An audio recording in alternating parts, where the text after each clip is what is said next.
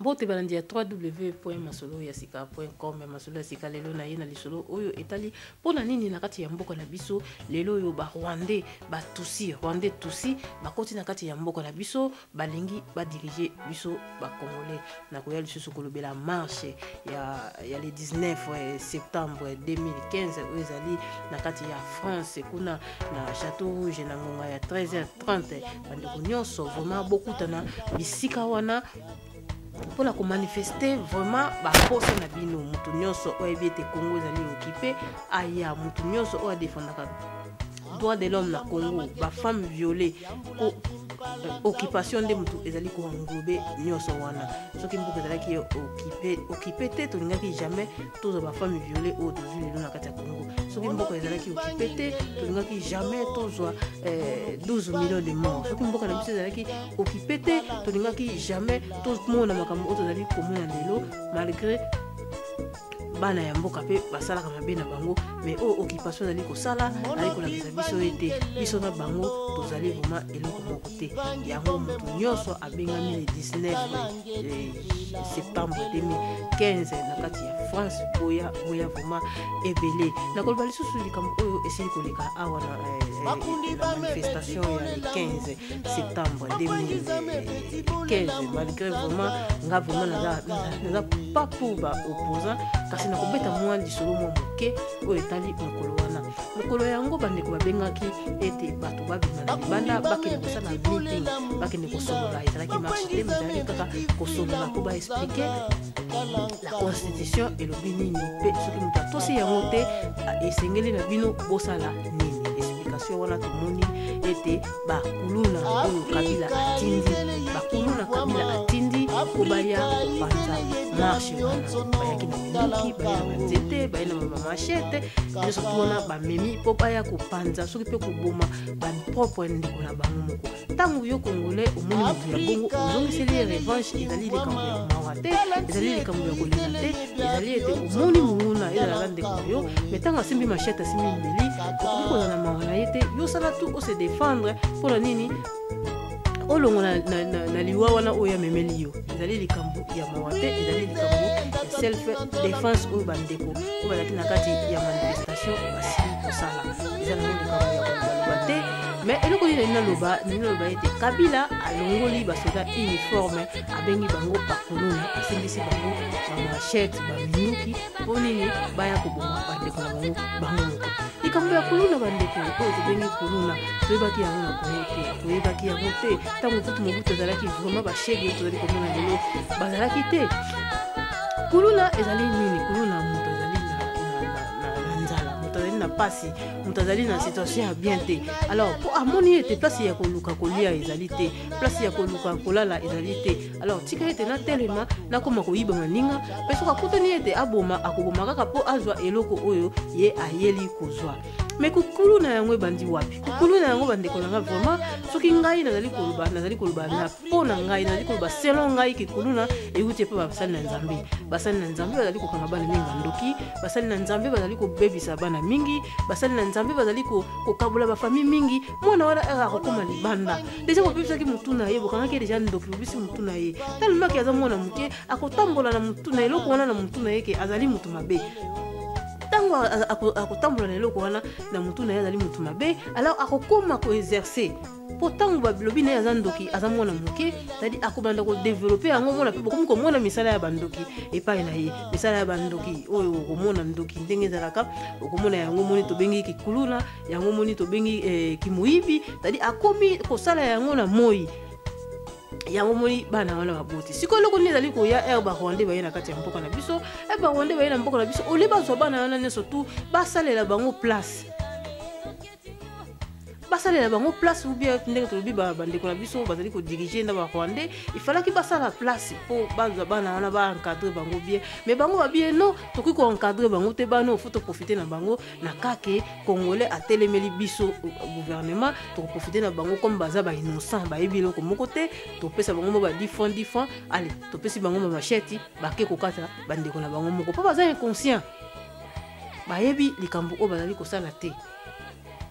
moto azali na posa ya mbongo, moto aza na nzala, aza na papa te, aza na mama te, baye kopesa ye mbongo akende koboma, akoboma te, akende koboma. Alors bana wana oyo bato oyo bapaster babengana, oyo bapaster bakanga bandoki, bana wana baza kose retrouver na libanda yango bomoni sorti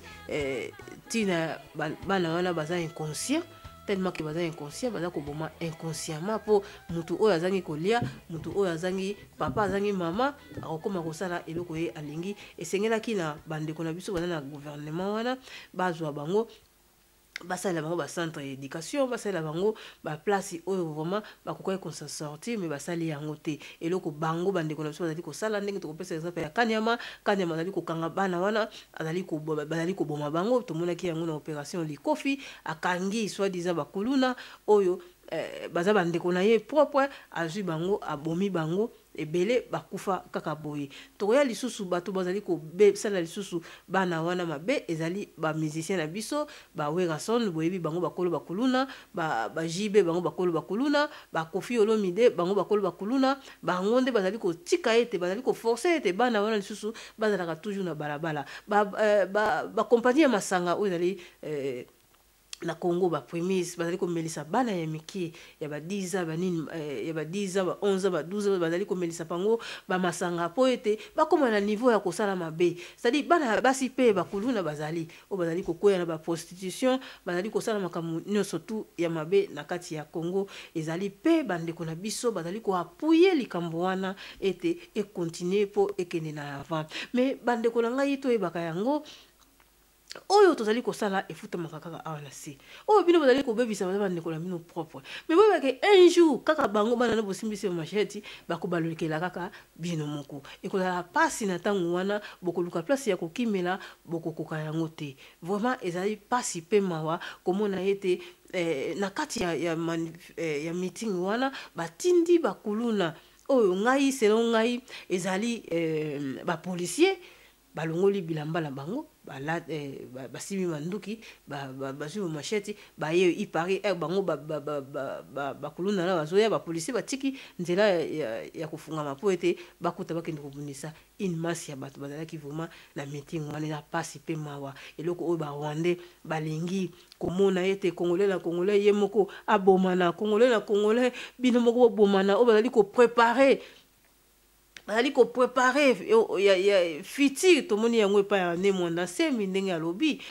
Kabila yebisi akende kotia division na kati ya ba Congo wana ezalaki maloba na ye moko ndenge alobaki, c'est-à-dire eloko wana oyo ye asalaki batindaki ekotinda tellement que bapesaki ba promesse yango akokisi yango te, yango papa la biso a se retiré na kati ya dialogue wana. La biso nyonso bana ya Congo soki tozali koteya la haine était entre nous. Non. Tozali côté à la haine envers les étrangers Tutsi Rwandais au baza na kati ya mboko na biso, baza ba Tutsi ya Uganda, baza ba Tutsi ya Burundi, totu na nano ba Utu na kati ya Rwanda ba vivaka ndenge nini. Yo na ngai na Utu tozaba batu moko. Alors batu wana est-ce que na Rwanda ba vivaka ndenge nini? Est-ce que na kati ya Congo bazalaka lisusu? Vraiment bazosalela temps na bango po ba massacrer basilisa po baza pe na kobanga ete population ya Congo ekotelema kaka un jour na kati ya mboka wana bakozwa bakobenga na bango. Voyez kolobela likambo oyo etali ba marche mingi ya bandeko bazali komituna pona nini bato ba marchaka, pona nini banda ko marcher ba combattant banda ko marcher,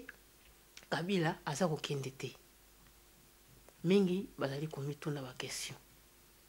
Combat d'abord ezali koleka awa na kati na diaspora ezali combat ya occupation. Oyo bato presque nyonso bayebi biti na yango. Soki bato bazali kobima na ba marche ezali kolakisa ete bato oyo balobi ete to telemela ba droit na biso. Marche ezali ko telemela ba droit na biso. Obiete non, ça suffit. Na lembi, il faut na telemela ba droit na ngai wana ezali mondele mutu asalaka yango. po kobombana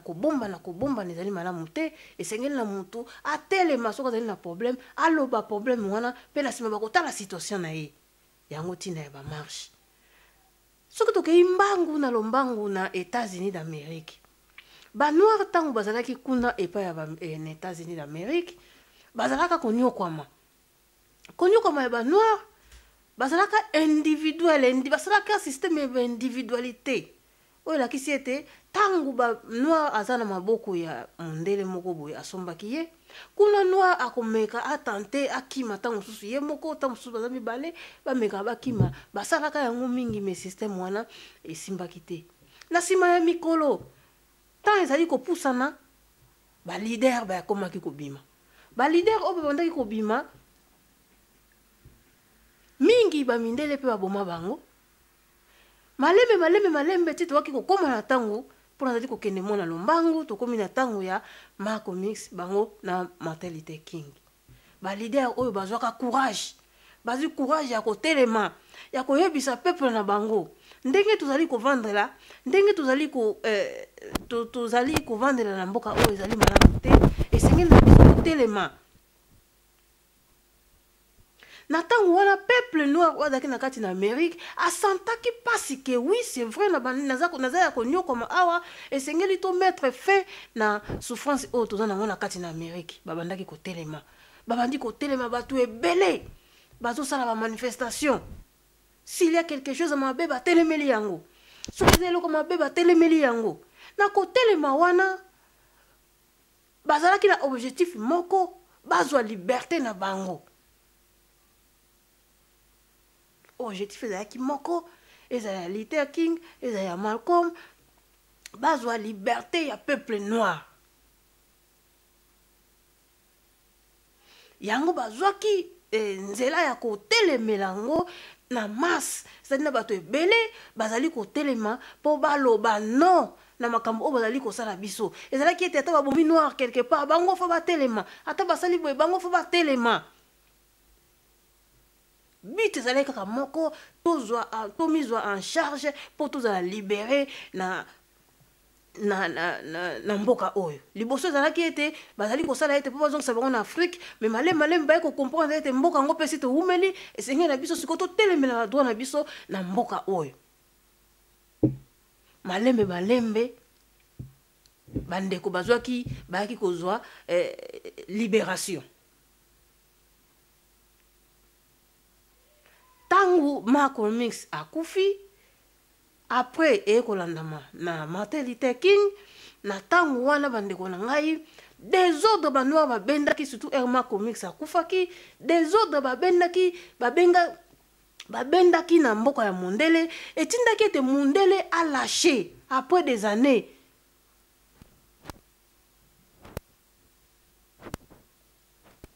il faut kotelemela badroit na yo elibéraka mondele alingaka te batia ye molunge ntango toza kotia bango molunge elaki na sansi nini molunge tozali kotia bango ezali kotia bango kaka bango bapreferaka baguerre ezalaka nango na Afrique badésordre ezalaka nango na Afrique mais na mboka na bango te alors biso na bino tanke toyebi mondele tozwi temps ya kovanda na bamboka oyo batango molai toyebi bango eseke na biso to atake bango kaka place oyo bango basantaka pasi ezali loko ezali kobunda bourse ezali kobunda bato mibale obeti moninga likofi moninga makila ebimi mwanda monelongi eza kaka place oyo okoinsiste betaka ye ti akosede yo ogani alors mondele faiblesse na yango wana alingi désordre na kati na Afrique alingi atia désordre na mboka bato mosusu kasi na mabele na ye kimia ezala alors biso bato toye na mboka oyo toye comprendre mondele na démocratie na ye oye atia awa esengeli na biso tosala totelemelaka badroit na biso na ntango nyonso bandeko ya Amerika bazwaka libération na bango malembe bakomi ko libérer bango malembe bakomi ko libérer bango ti ndenge bomoni bakomi wana ezalaki kaka pona ba marche babandaki koloba eza façon ya koloba ya koexprime ya koexprime injustice pasi na yo eloko nini ozali kosentir yango wana ntina ya bamarshe. Bandeko mingi balobi lisusu ete bakombata baza bamarche mpe trop Kabila aza kokende te. Mais komarche bakombata oyo bamarche awa na diaspora soki tokozonga na 2011 na yambaka ndeko papa na biso Mbuyi oyo azala représentant ya ID azalaki représentant ya IDPS na kati na Belgique alobaka yango manifestation oyo bakombata basalaka na 2011 oyo ningisaki mokili epesaki IDPS pouvoir na pouvoir wana badesider oyo kombo bango moko babengaka bamindele babengisi bango bayebisi bango bokolanda na image ndenge papa alobaki babengisi bango po basolola mais eloko esimbaki te baye kotana na kati ya IDPS yango désordre na désordre yango wana omoni makambo wana erataki. Mais soki vraiment ezalaki esimba ordre ezalaki na IDPS makambo wana marche elingaki aboutir na quelque chose. Tolobi te ke no tozala na nsima ya badesider mais toza koexplike marche ebota mpe quelque chose na kati ya bitumba oyo. Toye le 28 août 2015 marche oyo elekanaki soki tokompare yango na bamarche mosusu après 2011 bamarche ekomaki basitting bamarche bato bandaki koya lisusu ebele te. Mais marche oyo ya le 28 août bato bakamwe bokomona kaka bino moko nayebi te soki bolandaki baimage bino moko bokosentir ete entre bakombata ezalaki na bakombata mosusu oyo bandaki kosepela ke bamarche ekoma basitting. Bandeko mosusu soko tali na marche oyo elekaki le 28 babimi mpona koyeba ke bandeko wana vraiment bazali bandeko moko oyo bazalaki na bitumba ya bakombata kasi bandaki kosepela ete komba ezokende na kokufa soit bamarche esili bato. Po totali na le 28 août bandeko wana babimi na bilili balobi ete bakamwe bato oyo ebele baye en plus un vendredi bato baye ebele bauti wapi balandisi lisusu na nsima ete ezalaki Kabila aorganize bato bametre baya na marche wana babengi bacamerounais babengi c'est-à-dire bato bazalaki na kati bazoloba kutu lingala te. C'est-à-dire ezalaki eloko moko fomona kaka soki otali vraiment bandeko nde bazolobozomona kaka c'est-à-dire eloko moko ezalaki c'est-à-dire eliki na bango ezalaki nini ke na marche wana bato baya kaka 10 ata bakamera ya babelge bayebaki nyonso tu wana bayaki batelemi ntango mosusu ya kobombana baza kotala bamona bato batondi babimisi bango bakamera na bango bakomi kofilme.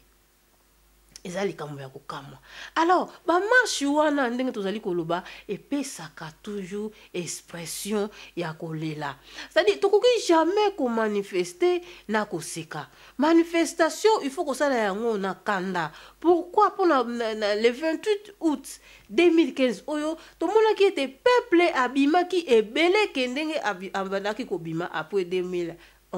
Ça veut dire santaki kanda zalaki na kanda moko bene makamto elekanaki, c'est-à-dire la colère et telemisi peuple aye koloba aye ko telema pour la likambo ya mboka na ye. Alors batu mingi baza koloba ke to tikala en to te yakala en te bande konanga likambo ya kote ya la haine entre nous to ko sala yango te. Mais parmi nous aussi les Congolais, et ça na batu oyo bazali ko travailler pour na mapaya. Alors mutu ya bongo soki déjà identifié, il faut que ça la naie la haine. Soki yo boy ko sala na mopaya la haine, yebaka ete mopaya oyo na mboka na biso aza mopaya bantu te, aza mopaya oyo bengi Tutsi. Alors Tutsi soki to kemba na moko na lombango na kati ya Rwanda tokomona batusi na bautu bitumba na bango babandaka yango bango moko na kati banda bamindele bazalaka kuna avant même indépendance ya Rwanda. Bamindele basali séparation ya peuple wana bazwi tusi batie bango neti bango mutu balandi bamindele sima zaidi balakisi batusi ete bango baleki ba utu na supériorité. Alors tango batie désordre wana batie na mitu ya batusi bakomi komona ba utu batu pamba. Alors ba utu il fallait batelema ba basala ba revendiquer makamna droit na bango. Alors comment ki na tango ete bamindele babimi bazali kokende na bango indépendance batika bamindele batiki mboka ya batu na désordre. Na désordre na bamindele batiki désordre ya tusi na utu o bamindele batiki bandeko na ngai mema ba réfugié tusi na kati ya Congo. Mema ba réfugié tusi na kati ya Congo. Tango ba réfugié wana bakomi na kati ya Congo na ba 1959 tango bakoti na kati ya Congo bandeko na ngai bango kuna na Rwanda utu azali ko diriger. Alors pour la kokende na lombango to komiti na 1994 pour ko kamwa ke batusi wana bakota banda 59. Pourquoi bazongisaki bango te en tant que ba réfugié bazongisaki bango na mboka na bango te mais bavanda na kati ya Congo ti kino lelo o babengi bango babanya mulengi. Alors toyena lombango na 94 tango Kagame na rébellion na ye oyo ba américain ba mindele bazalaki na sima bazui Kagame bapesi ye plan ya avion ya Biarimana a bombarder yango mondele ayebaki ke soki basali eloko oyo na kati ya Rwanda ekoyinda entre tusi na utu bazui avion ya Biarimana bapandi a Biarimana kufi yango cause génocide eye na kati ya Rwanda. Génocide ekomi ba utu ba bomi ba tusi bakeli sous refuge na kati toujours ya est ya Congo. Tango bakomi kuna na est ya Congo na bandeko na bango bazalaki kala babanya mulenge o naza koloba bien baza ba étrangers, ce ne sont pas les Congolais, ce sont les étrangers oyo baza na kati ya Congo. Batusi ba ye lisusu na 94 wana na kati ya Congo. Tango Kagame aye kozwa bokonzi na kati ya Rwanda esengelaki lisusu ekoma tour ya ba utu bakomi kokima bango pe balandi lisusu batusi kaka na kati ya est même place bavandi kuna. Tango bavandi kuna bango nyonso ba utu bakomi sikoyo koluka ete ba venger na kati kuna ya Congo basala bitumba entre utu na tusi. Alors bandeko na bango tanke Kagame ayaki pona ko libérer batusi bandeko na bango basali tu bayebisa Mobutu no zwa ba utu kotisa bango la kati ya mboka otika batusi bisika wana. Mituna eza ebele ya kotuna bandeko na nga en tant que ba réfugié bayaki na mboka Rwanda batusi bazui place mais falaki ba retirer bandeko na bango. Pourquoi bazolo ba ke bazo ba utu bakotisa na kati vraiment ya Congo bazo batusi batika kuna na kati ya Kivu ya est plutôt. Elinga kolakisa ete place wana ba réservoir ki yango ete ezala ya bango ya batusi.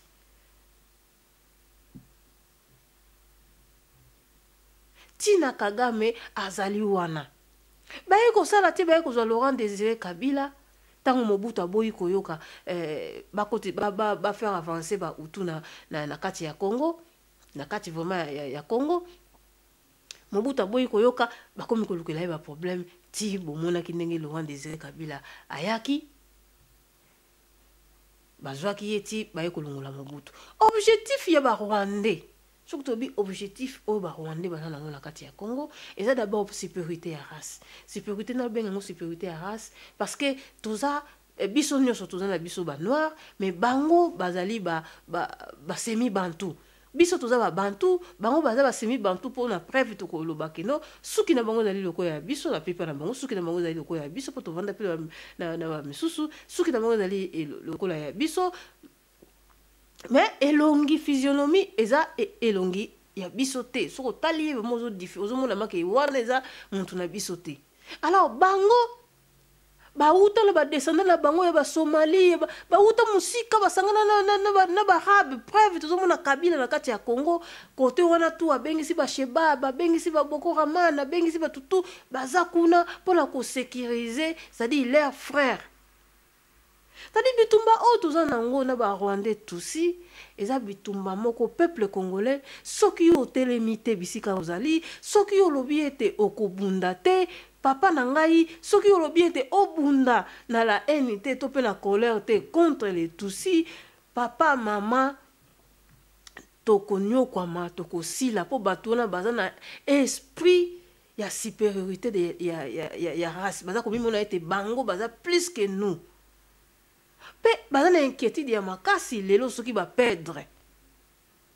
ekozala mabe mpona bandeko na bango batusi. Alors yo papa mama bisika yo vandi ozali koloba ete no Kabila za Rwandais te Kabila za Kamera za Rwandais te mais ba preuve tozali kopesa bino Congo ezali poubelle te po yamba misère ya monde biso moko na Congo toza na pasi. Alors, en tant que réfugié, il y a des gens qui sont to boyi te ba umeli po ba bota pe na ba congolais bana na bango pe ba kola na kati ya Congo to boyi te mais il faut ordre ezala ba koki ko ya ko kanga biso na makasi te ba imposer biso quelque chose non to mona wapi soki to lobi ke bato moko boye peuple moko boye muke aya ko diriger bato ebele to mona yango te ezala raté on est imposture. En plus, par contre, ko tangisa bana na biso na Congo na kati ya ba école ete babanya mulenge bazapi ba tribu moko boya Congo et pourtant ce ne sont pas les Congolais, ce sont les Rwandais Tutsi oyo bakotaka na kati ya Congo en tant que ba réfugiés et sengela ki na bango na un moment donné ba bima bazonga na mboka na bango na Rwanda mais bango ba vandi tangu mulai c'est vrai tangu ba accord ya esengaki ete ba réfugié ba koma kokende na mboka ya bato esengaki ete mutu aza na ba problème na mboka na ye ba mboka tu efungola ba porte e yamba ye oui to yambi bango mais ba koki ko obligé biso to pesa wa nationalité biso to vandi na poto tozo souffrir pose la nationalité ya mundele ndeko na ngai eza blague te ata kutu Congo yango eza poubelle c'est-à-dire to boka kaka mboka yango boye non awa na poto pozwa nationalité za blague te okoki no pe kozwa nationalité mais ça différent na nationalité oyo mundela zali na yango biso en Hollande par exemple mundela na nationalité à 10 ans mais biso ba noir tozaka na nationalité à 5 ans différence d'abord ya monene yango wana okoya na nationalité na ba banque bako pesa même crédit card au moins la crédit card tu wana ba ebiso ke ozana droit ya ko retirer exemple 500 mais mundele ba pesi somme moko o kutu esuka te ba différence eza ebele ba indifférence eza ebele o eza été un Hollandais avec mon paya lokola biso to na mboka na bango ba différence eza ebele. Alors malgré ba boti na ba Congolais malgré ba vandi na kati ya Congo eloko moko tezo pesa bango droit pa ya ko diriger biso non tout ça quand même un pays où il faut na ba loi oyo kotala soki kopesa ba nationalité lokola ba umeli avec ba critères mais malgré ba kozwa ba papier wana e kopesa bango droit te ke ba kota na ba institution na biso to pe na armée ba kozana place oyo mwana mboka kozana toujours les bosso bango ba kozana sima yango tina tozo bandeko na biso ba combattant bazo bengisa bato na marche ete batusi oyo ba ya kokanga biso na kati ya Congo pona cause moko ba mindele baza na sima na bango eza plan na bango ya ta ya mulai Congo wana mundele alingaki kotika yango te yango lelo eza kobotela biso makambo oyo tokozonga likambo tali ba marche ndenge na butu koloba ba marche eza très important pona ko marcher tango nyoso bande ko mingi déjà balobela likambo oyo mais esenge na biso kaka toloba kalobaka yango eza très important pona ko marcher pona ko yaka ebele ya ko manifester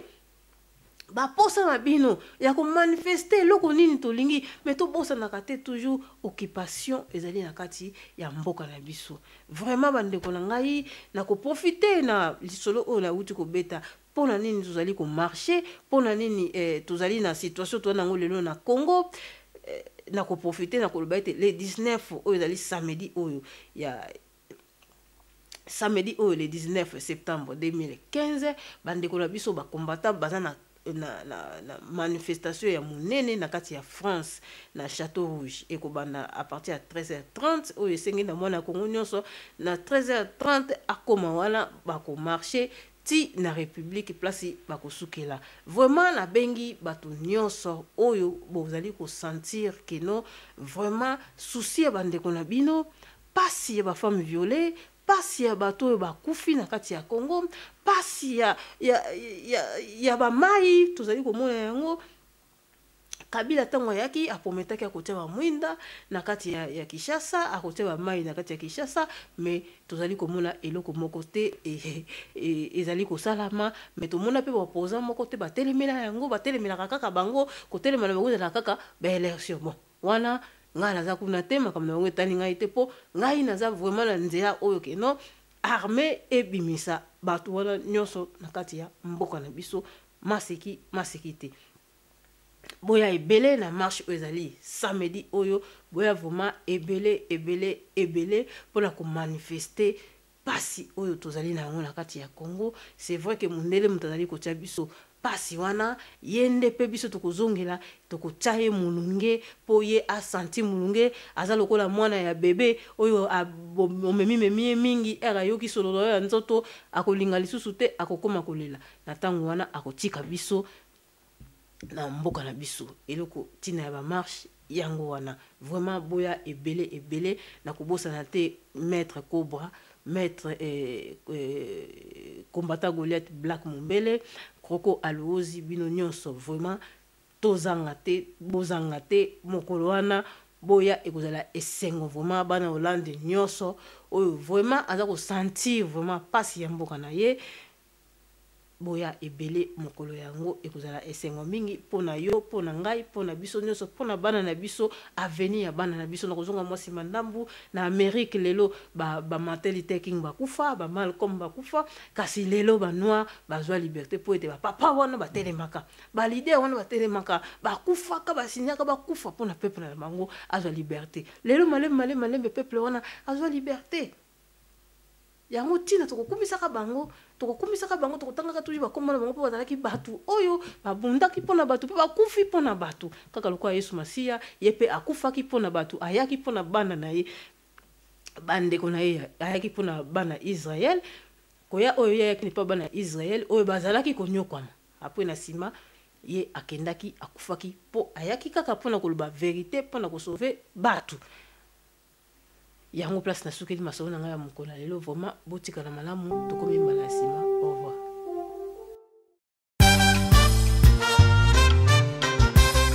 Hey yo,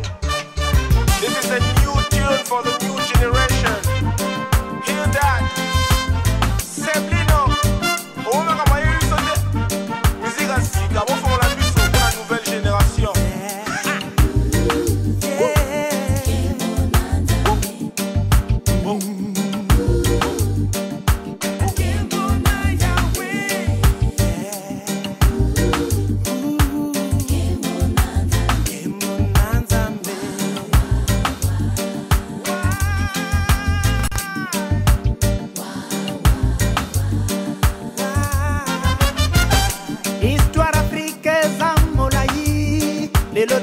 Solution nini to banda basi nango bebe to koli nango kokufa kutunyama na zamba bien pona ngai na boyi kozala na sima ya oyo nde ya Babylone na lobi twendo yo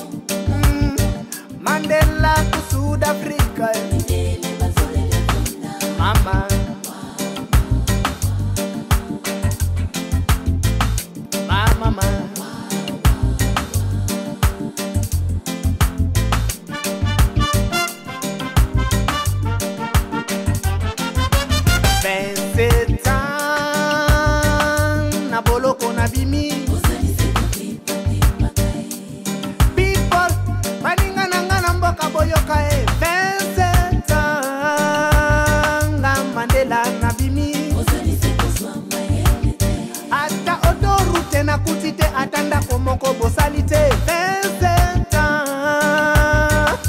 na boloko na bimi yeah 27 ans nga Mandela na Lubwaku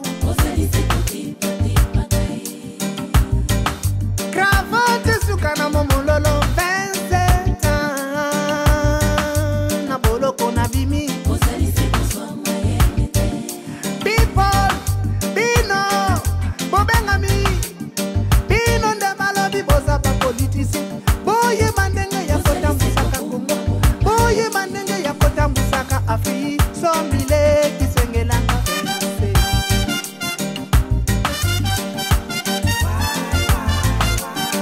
mapamboli balobi kuyaka na moto oyo ezali evandisaka bien yo zikravato tena kingo ndeko zu responsabilité ya ntoto na yo epeple eza kokufa bato baza kokufa oyo baingénieur batondi na mboka bazosala te